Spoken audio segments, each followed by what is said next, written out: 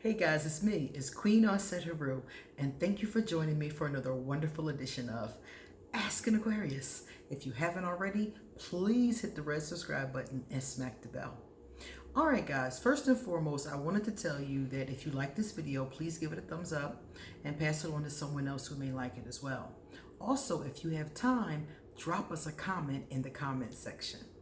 Now, the first thing I wanted to tell you today is that the lipstick I have on is called Don't Give a Fuck. That is literally the name of it. And it cracks me up because I can't tell you guys how many times I've used that exact same saying, like, I don't give a fuck. Okay. And I realized from looking at it that I found this on one of those pages where they tell you lipstick colors that are good for your zodiac sign. And this came up for Aquarius. And as I was reading the name, I thought to myself, the marketing team, I have to give a shout out because they're geniuses. This is some very Aquarius shit. Not giving a fuck. And then look at the blue. Blue represents in some cases coldness. Aquarius are often accused of being cold and aloof, even though I swear we're not. Underneath it all, I swear we're hot as a lava, okay? But that's the reputation that we have. We're also an air sign, and air and water are both often represented with the color shades of blue. So to me, it's very Aquarius in those ways, and you have to not give a fuck to wear this shade of lipstick, seriously, because you have to not care about society's norms. You have to not care what people think about you, you know? You have to not care about those kind of things because those will hold you back from doing bold and outrageous things like wearing blue or green lipstick, you know? So I thought it was very Aquarius. And again, it's called Don't Give a Fuck, and it's by Melt Cosmetics. So for those of you who asked me about it, that's what it is that I've been wearing. I bought it a long time ago, but I lost it. I wore it one time, didn't really like it that much. And then I found it again and said, okay, I'm gonna try it again. The thing about this lipstick is I like it with a full face. I don't like it by itself. So once I did a full face with it, I was like, yeah, I like that a lot. So for those of you who asked, that's what it is. Secondly, I got some new jewelry while I was in Philadelphia. I'm going to show you the pieces that I got. This piece here is from our good friends at Alex and Ani. Now, mind you, I'm not sponsored by them. I bought these with my own money because I'm just a fanatic, right? This one is the Gryffindor bracelet, and you might not be able to see it because it is indeed very small, but it says courage, bravery, and determination, and it's in the Gryffindor colors. And it comes with this other one here, this other one on top, and it's just some pretty red Gryffindor beads.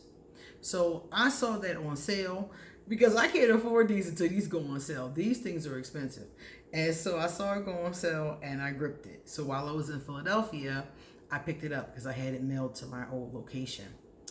Also, here's another thing I got in Philadelphia. This is a costume jewelry. This was the wedding jewelry. This was my daughter's. And you'll see mine. I'll wear mine next time. But I loved it. I thought it was such a pretty bracelet. And it was the jewelry. It's kind of like an oval shape. It's very comfortable. And I just really like it. But it's gorgeous, right? So I like that a lot. And the last thing I got is a set. So let me tell you what happened. You guys see this ring? And this ring here? I bought both of these. Now, this one might have been like $3 and this one might have been like 10 or something like that. Anyway, so after we finished the wedding ceremony, we had to come down the aisle and go stand in the back and wait for everybody to come out and shake hands with people. You know, the whole wedding party did this. So I was standing there shaking hands and kissing relatives and saying hello.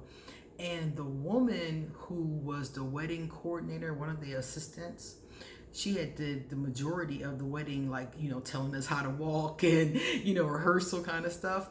So she was there and she walked up to me, and I had on this ring, which is like, even though it was not expensive, it's like one of my favorite rings. I love the stone in it.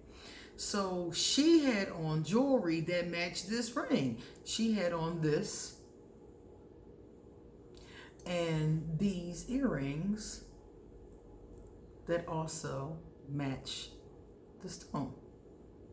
So I was like, yo, look at that jewelry. Because y'all know I'm on jewelry, right? I love jewelry. I love real jewelry, costume jewelry, all kinds of jewelry. And I was like, oh my God, girl, you should get that to me. And she took them off and handed them to me and put them in my hand and said, I want you to have these. And I just hugged her because I thought it was like the sweetest thing. Because you guys know gifts are my love language. And that's part of it. Like, when gifts are your love language, it's not just like you're greedy and you like getting gifts.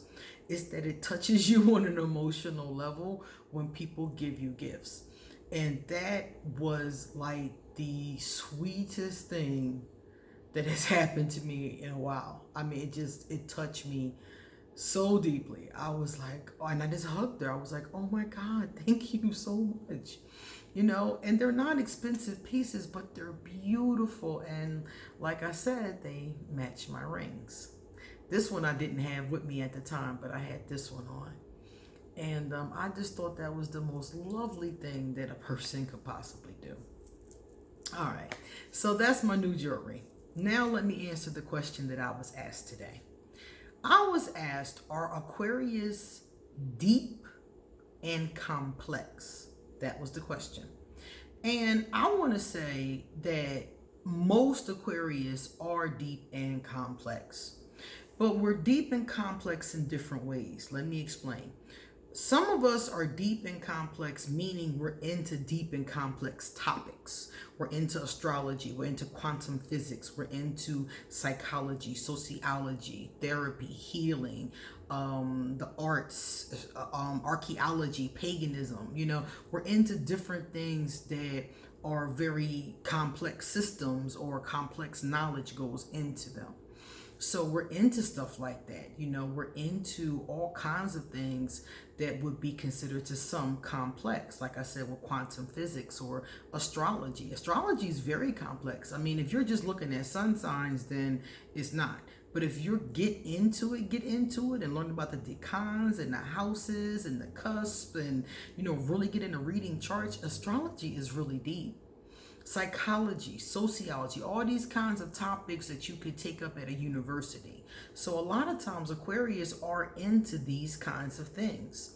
Like I said before, many Aquarius are very intelligent, so that just adds to that zest and thirst for knowledge. But also, some Aquarius aren't into deep topics, but they get into their topic deeply. Like, for example, music. Music is something that any child can be into seriously, but on what level? Because an Aquarius may get deep into music, such as playing it, writing songs. They might be like an expert on music from a certain time period or from a certain culture. Some Aquarius will take something that is normal, like music, sports, for example, and they will be so into it, or for instance, a car. A car is a little bit more complex, but you might have an Aquarius that can take a car apart backwards and forwards just because they're interested in the mechanics of it. So it doesn't have to be something that's intellectual or, like philosophy or something like that, even though many of us are into those kinds of things. But also, there are many of us who are into mundane things, but just deeply into them, So they might, like, for an example, you might have an Aquarius who is interested in television, but they just don't just, watch, whatever comes on TV, but they're into like old shows, or they're into, the cinematography or something along those lines. So Aquarius, yes, are deep and complex, but in different ways. different ways on that spectrum. And some of us, like myself, are into multiple things. So I'm into poetry, I'm into art, and I'm still learning these things, because remember, these are all deep things. I can be into art and just learn about one aspect of art. For instance, I really like impressionism, but I could study impressionism until my last days. And then there's still realism, there's still surrealism, there's still all kinds of other genres that I don't know enough about, portraits, all kinds of stuff. So my art knowledge, is only a thimble, compared to what is actually out there. So a lot of us are into things like that. We have a tendency to be deep and complex. Now, if you come across a wishy-washy Aquarius, an Aquarius who's less goal-oriented, or one who's more of a dark or low vibrational Aquarius, those kinds of Aquarius sometimes are only on the surface into things. So their logic and their explanation of things is a little bit off sometimes, because let's say, for example, they're into music. They might just be into music that they hear on the radio or what they hear in passing. They might not do any real research on it. If they're into astrology, they just might know a little bit of information but swear they know it all. So you have, like I said before, you have ranges with this. But in general, if you are dealing with an Aquarius, you are dealing with a complex being. If you have a problem with dealing with a complex being, do not get with an Aquarius. Get with somebody who's more one-dimensional. Somebody who just talks about, what's on radio, what's on TV, If you want a being like that, a person like that, there are people who are like that and are very happy with themselves. So get a person like that. But just know, if you're dealing with an Aquarius, you are more than likely going to be dealing with a very complex individual. And to me, that's the fun part.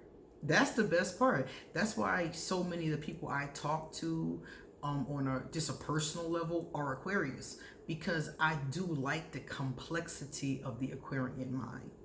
I like us being able to talk about things that most people would never talk about.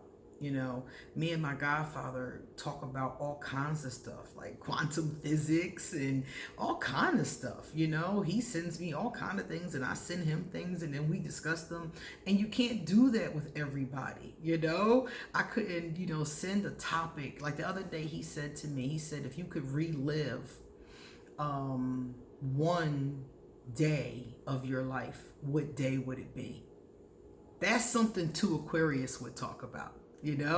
It's not, it's deep and it's complex and it's intense the more you think about it, but it doesn't really, it's a very basic thing. Like, what day would you relive?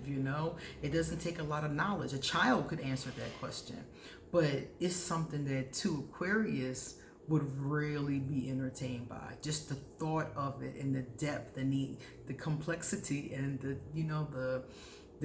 depth of it, So yeah, a lot of times Aquarius are pretty freaking complex, and it's very cool. It's very cool. If you give them a chance to listen to them and talk to them and kick things back and forth, it can be a lot of fun. All right, guys, it's time for me to get going. So thank you for being here today. And if you would like to get a reading done, my email information will be underneath this video. So feel free to email me and I will give you an appointment. Likewise, if you'd like to hit me up on social media, all my social media will be underneath here. If you would like to give me a gift, because gifts are my love language, my Amazon wish list is underneath this video as well. Also, if you want to send me something through PayPal, my PayPal is underneath there as well. My Patreon page will be underneath, and that's everything. So remember, come back soon, because I always got a lot more to say. See you later.